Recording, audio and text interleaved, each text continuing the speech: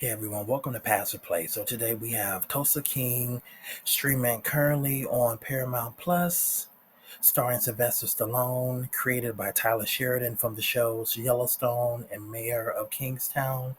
And this show is different. It separates itself, I feel like a little bit in tone and just kind of the space in which it operates.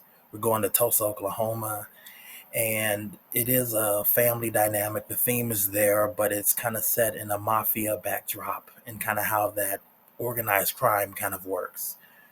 Even though you could say that the Yellowstone family is somewhat of a criminal like family too, depending on how you want to look at it. But either way, let's kind of get into it. So we open with Dwight, the General Manfredi. He gets released from the USP K9 federal prison in northern Pennsylvania after 25 years. Now, he's been at this prison the last 6 years. He's traveled from and through multiple prisons over this 25-year period. He's only gotten shanked once, which is pretty good for 25 years because people talk about that a lot. Um, but now the general's out and he is expecting compensation from his so-called gangster family for the time served. He's like, I did this for you. What are you going to do for me? He's expecting to kind of be celebrated. He's expecting more than what he's necessarily going to get. He saved Pete Inferzini for murder to save his son Charles Chicky Inverzini for killing a guy Dwight actually liked and who he thought was actually a decent guy and didn't deserve to die, but he did it anyway. And Pete Inverzini is the head of this family gangster organization, crime organization, depending on how you want to look at it. But the family basically tells him he needs to go to Tulsa in Oklahoma and set up shop there because there's nothing left for him in New York. And the general's like, hold up, wait a minute. you know, my wife divorced me. I haven't talked to my daughter in 18 years. I did this time for you and yours. Haven't snitched, haven't told on anybody. I'm wearing this 25-year-old suit and this watch on my hand, and I got a few bucks left to my name, to kind of show for it. Hell no, I don't want to go to Tulsa. I'm from New York. This is where I grew up. This is where a semblance of, my family and my life is, and you're kind of telling me I have to go. And then you got this little baby gangster like, he told you where to go. Don't you get it? And the general's like, boy, I was building this when you were in diapers. And then baby gangster, you know, he like, you're the one wearing diapers. You have to pause and pray for that little baby G gangster because he got knocked the hell out cold. Yes, the general is older, but he still knows how to fight because then was fighting words. He might as well just said, "Nuck if you buck," and that's exactly what the general did. And baby G got knocked the hell out. Just cold, just fell head back, hit the ground, just out cold. And, put some respect on his name, Dwight, the General Manfredi. He like, fine. You want to banish me to, Tulsa and act like you're giving me a whole city as like some kind of gift. Great. I don't need I need the fresh air. I need the fresh air anyway, from, the likes of you. And he basically walks out and he just kind of moves on his way. And, it truly is a lot of nerve, but, he's only one guy and there's like about 10 of them in there, ready to kind of protect Pete Inverzini because, he's the head of the family, even though he's old with a breathing mask on and in an air tank. Life has not been kind to him, but either way, the general leaves.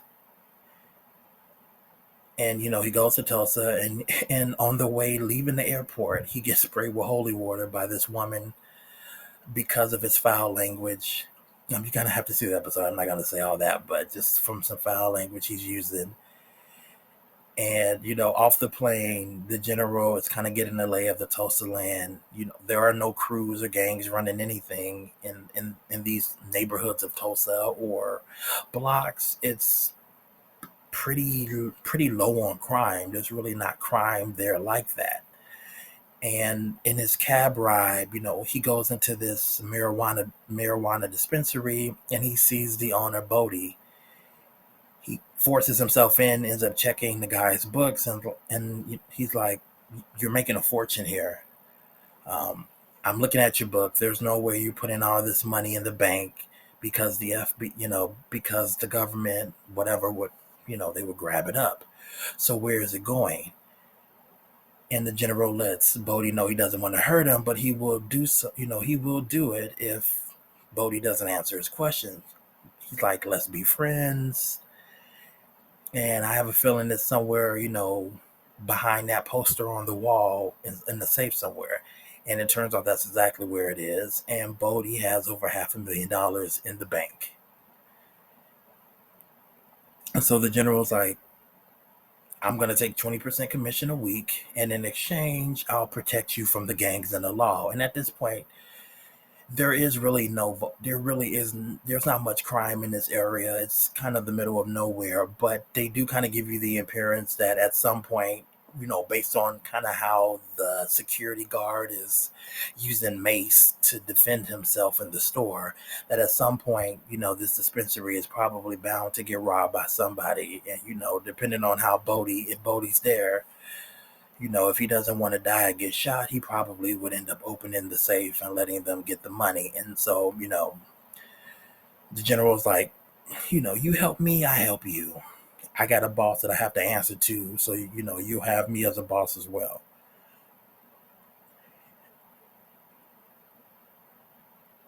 So Tyson, the cab driver who drove the general there from the airport, is now the general's driver. He wants him to get a new black Navigator Lincoln, you know, and he gives him the money to purchase it. And he lets, Tyson, the cab driver, know he'll make $2,000 a week for for driving him around.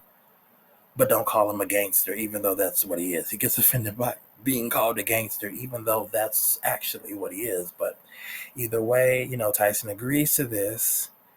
And then the next day, Tyson shows up in his mom's car because the car dealership owner assumed he was a crack dealer and wouldn't sell him the car. The general's like, "Hey, that's fine. Take me there." And they go meet Donnie, the owner of the car dealership, who says, it was just a misunderstanding. The general's like, "You see this black kid who's a good kid." And he actually says, "You see this black guy who's a good kid, by the way, with a ton of money, and assume he's a drug dealer. Then you see me walk in with a nice suit and you're not afraid." And he's like, "The irony is it's the other way around." And he knocks Donnie to the ground and beats his face with the phone. And he says, you're gonna sell, Tyson that car for $50,000 with loaded benefits. Capiche. He doesn't say capiche, but he really should have said capiche because it was very much a gangster move. Now the general goes back to Bodhi's establishment after leaving the car dealership with a security camera for him to install in the dispensary, and lets him know that he needs to find a way to launder the money in the safe through another business, through some club or laundromat or cleaners or something. Find a way to kind of launder the money, And Bodhi asks him, "Is that illegal?" And at the end of the day, this Bodhi is technically doing something illegal by the way he's keeping his books and keeping all the money in the safe. So he doesn't appear to be the criminal, but he kind of is. Bodhi doesn't have that, this is necessarily the "I'm the suspect here," but he is doing stuff that's kind of off the books. And right off the bat, again, Sylvester Stallone's character, the General Dwight, whatever you want to call him, picks up on it right away. And Bodhi also lets the general know how he gets weed from a farmer a couple hours away. And, the general's like, "Well, how do you know that the farmer isn't part of some kind of drug cartel?" And I'm assuming they're probably going to probably have the general as probably go up to the farm to actually meet with the supplier who's licensed to sell weed to dispensaries and whatnot. But this is only the first episode, but I have a feeling we're probably going to see more of that come up in a later episode in the season. And then, so after leaving from the dispensary, the general upgrades his home from like the cheaper motel to the Mayo Hotel, which is I guess in Tulsa, it's kind of like like a Hilton of sorts in that area, and he ends up having a one night stand with a woman from the bar, part of this bachelorette party group, who is surprised that the general is 75 and not 55 like she initially thought, and she kind of runs out the door. Now she doesn't say how old she is, but she's like, it's an age canyon distance, not an age gap between us. And I mean, the character looks like she could be maybe in her late 30s or early 40s, but the woman doesn't say how old she is. She just asked him, she was like, well, how old were you? No, he's like, well, why don't you just ask me how old I was when JFK got assassinated? And she was like, well, how old were you? And he was like, I was a senior in high school. So, um, yeah, they don't really say how old she is. So she could be like late 30s, maybe early 40s based on the character. I don't really know. I'm assuming we're going to find out because, come to find out later, this woman is an FBI agent. And they just show her for maybe like less than like 45 seconds, but they show her at work, and they bring up a picture of the general, saying that he has kind of moved to Oklahoma, and he's kind of like on the FBI's watch list. Not that they don't have any proof that he's done anything criminal necessarily, but he's been in prison for 25 years for these two murders that he committed in the 90s, and basically to keep an eye out on him in the Tulsa, Oklahoma area. And we also go to another scene where you have this character named Armand calling Eddie and asking, "Is the general? Did he actually see the general in Tulsa, Oklahoma?" And they have this where when the general and Tyson was at the mall buying that security camera, the general passed by this guy, and it turned out to be Armand. So Armand must know the general for whatever from whatever kind of history that I'm assuming we're going to find out again in another episode. So they're planning things that are going to lead into probably more storylines and plots and things into the other episodes, and it basically ends there. So, off the bat, I would say, the irony is that, this gangster family or criminal organized family, they banish him to Tulsa, and then they end up wanting him to pay them $5,000 weekly when setting up shop in Tulsa. He is going to earn and build this pipeline of criminal business, but I wouldn't give him anything. It's like, you stay in New York and leave me in Tulsa alone. It's like, capiche? Like, let him stay out there. If you don't want him there with you, then let him be in Tulsa and let him do whatever he's gonna do. But the character, that Stallone plays, he does have principles. He will not get his hands dirty if he has to. But he doesn't always see it as a necessary thing. If you compare the scene with Bodie, where he doesn't get violent at the dispensary, versus the scenario with Donnie, the car dealership owner, which he didn't necessarily have to get. He didn't have to get violent, and he even tells Donnie, "I didn't have to get violent," but he wanted to make a point. Don't judge a book by its cover. Tyson is a good kid, even though he's still getting involved with the general. So, depending on how this season escalates, Donnie is the driver, is going to be driving around, the general. And at some point, if violence ensues and it gets violent, you got the FBI, who is aware that the general's in Tulsa. And you also have this Armand character who may have bad blood with the general for whatever reason, maybe in the past. There are things that can put, quote unquote, Tyson's life in danger just by being in the front seat of the car that he's driving the general around in. So they are setting up some good things. I do think that the show is funny. The jokes land and they stick here. Um, they're not always trying to be funny. It's just kind of more just how they kind of come back around. People say sly things, and they try to be shady. They try to take jabs at each other, but the general's pretty much on point. I do like how Sylvester Stallone very much has the look of a gangster, and I do like how he is carrying himself. He's got a straight back. He's very direct. He seems to be fair. He's still a criminal though. And he will knock you out again if he has to. He will get violent if he has to, but he doesn't do it if it's not necessary. But I think for a first episode, this starts off really good. So I would recommend that you give it a watch. If you have Paramount Plus and you are a subscriber, I would say give it a watch, and I think you may actually enjoy the episode. It's setting up pretty good. They do have some stuff with this bar owner, um, who is kind of taking over the bar, I guess, and helping his father and things like that. But that story is just kind of starting, so I don't really mention it that much. And assumingly we're going to meet the daughter at some point during the season, maybe even the ex-wife. So I think there's things that this show is going to build to.